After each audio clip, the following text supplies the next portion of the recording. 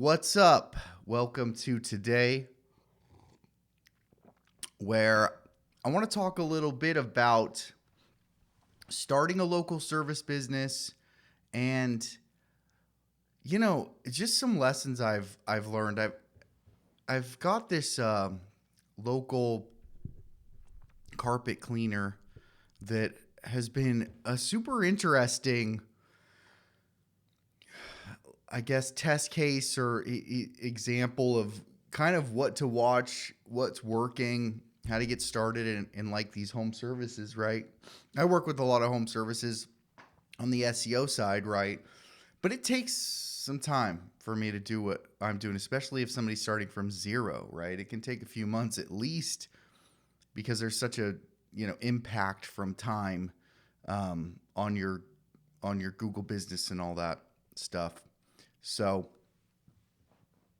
whatever, it's just been this interesting example of how to go about starting a home service business if you really want to grow for the long term. And this guy has started a few businesses before, so that's probably why his head is screwed on so well. But he's an interesting juxtaposition with other home service businesses that I've seen try to start up.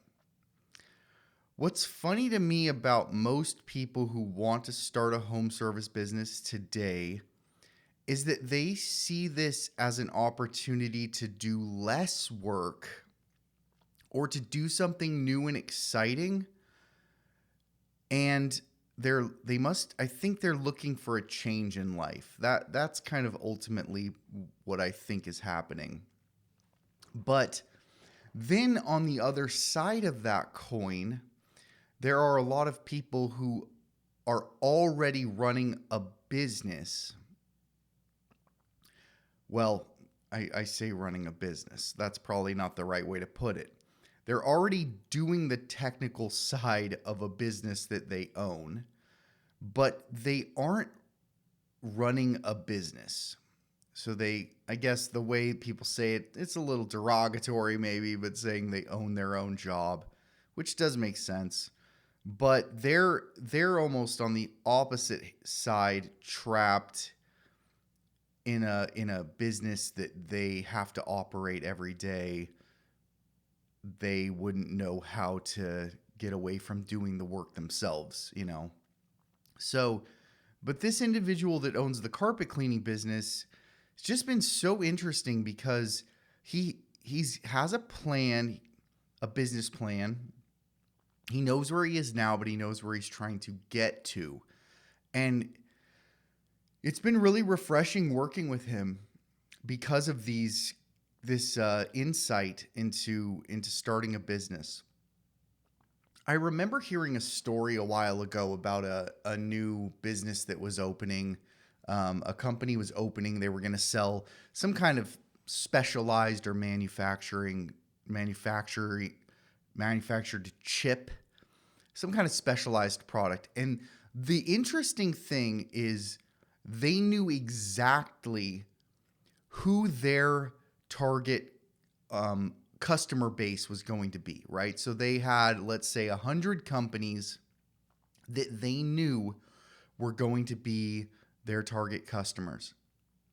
So what they did was, even before they had released the product, they started calling, they started emailing, they started offering whatever they could to these companies just to basically start getting to be friends with them and start getting to know them and start building a positive relationship. And so by the time they released their product, and then that product also solved the problems that these companies needed, they blew up. Hundreds and hundreds of % of growth for the first few years because they had already basically prepared their entire pipeline with I don't want to say lubricated. That's in my head. I'm thinking, don't say lubricated. They lubricated. I don't know that. So yeah, they they made it easy, right, for their pipeline, lubricating a pipeline. That just seems like the worst possible way to say something. So, yeah, I think the point's clear here. So, this guy, this carpet cleaner, he's going around handing out flyers, right? Handing out putting up door hangers, putting up signs every day. How many hours a day could you be doing that, right? You'd probably get business off an hour a day. And if I'm putting myself in that position though, and you really want to build one of these home service businesses, why not do 2? Why not 3? Why not 4? Why not 8? I mean, unless you have jobs that you need to be to, you could be out there putting up door hangers, literally putting up door hangers and getting bids. So this individual, his I guess his lubrication for this is that whenever he gets a client, he's undercharging them and he is over delivering for them. He's kind of a natural salesman, very nice individual. So he's schmoozing them a little bit. He's talking to them. He's getting to know them. And that's huge in the home services because, you're going into people's homes for a lot of these jobs, or you're around their home and they want to trust you. They're afraid of that, right? They have some initial fear of home services, especially I would say moms and women, right? And yeah, like you have a man coming into your home while your husband's at work. That is like terrorizing. So I think we don't think enough about that situation as a home service and how to disarm that situation. But he is playing the long game. He knows exactly how many jobs he wants to get this year, exactly how many to get next year. And since he's in carpet cleaning, he understands that the majority of these people, if he does a good job and builds that relationship, they're in. They are locked in for life, and then he finds the next one. And I've been applying this as much as I can to my own business as well. I think there's a few things that are important. It's important to make your customers feel like you've done the best possible job.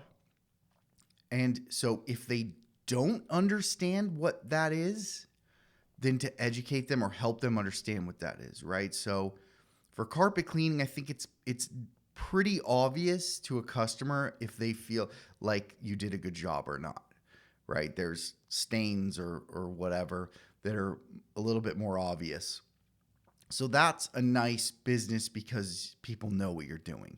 There's other businesses you might need to educate your customer a little bit so they can feel like you did the best possible job. But it's important that people leave with that. But I think the idea behind this whole video is, look, if you want to start a home service business, it's easy. You just have to have insane customer service and insane customer satisfaction and go out and find the next customer. And if you're willing to do whatever it takes to make somebody happy and then go do that again, you can make it in a home service business. I think the market is looking. This is one of the few places where you will always, as a startup, have an advantage over your competition, because the bigger a home service company gets, the more withdrawn they are from a customer, the less personalization. And I think you need to lean into personalization at first to build up your name and build up your brand. Then the stuff that I do with local SEO and helping people build that brand, then you can become less personalized over time and start to charge higher margin, But this has just been a great lesson. I think it's important to get clients, right? I think that's a lesson that I've taken into here is like, if you don't have clients, then you have to get somebody, charge them whatever, get them in the door, get somebody to go practice, go work, right? Go do a job. If you break even on that job, that's fine, whatever. Make somebody happy. You'll be surprised at how much that momentum carries you forward. So, if you're interested in starting a home service business or you're thinking about it, contact me. I'd love to talk to anyone out there who's considering starting a home services business, and maybe they're on the fence, or maybe you already have a business that you just run and you're looking to try to expand that. Let's talk. I don't care if I can help you. I will probably give you free help, free advice. I'll probably actually do free work for you. But I love talking about home services and building businesses. So anywhere you are on your journey, if you want to talk about a home service business, no matter where you are, let's talk. Give me a call, shoot me an email. I love nothing more than just talking about business for as much of the time as I possibly can. So, thank you for watching. We'll see you on the next one.